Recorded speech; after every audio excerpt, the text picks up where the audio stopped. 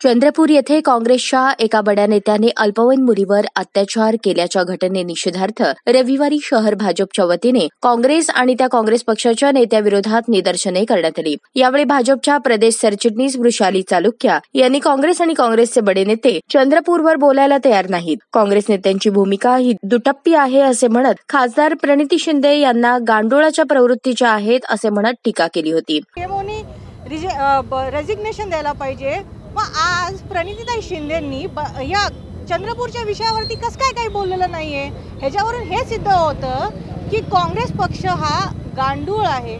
प्रणिती शिंदे यांची भूमिका स्पष्ट झालेली आहे, त्यांची काँग्रेसची संस्कृती दिसून येते। वृषाली चालुक्या यांच्या उपरोधिक टीकेनंतर काँग्रेसचे माजी शहराध्यक्ष प्रकाश वाले यांनी वृषाली चालुक्या यांच्या टीकेला उत्तर दिले आहे। भाजपा हा सुसंस्कारी पक्ष आहे। भाजपच्या नेत्यांकडून असा विखारी शब्दांचा प्रयोग करणे योग्य नाही। तुम्ही जर तारतम्य सोडून बोललात तर काँग्रेसचे नेते हे अजगर आहेत, आपल्याला कधी गिळंकृत करून टाकतील ते समजणार देखील नाही असे वाले म्हणाले। त्यांनी चालुक्य यांना काँग्रेसच्या नेत्याबद्दल बोलताना सबुरीने बोलण्याचा सल्ला दिला। महाराष्ट्र प्रदेशचे सचिव चालुक्य मॅडमचे एक वक्तव्य बघितलं।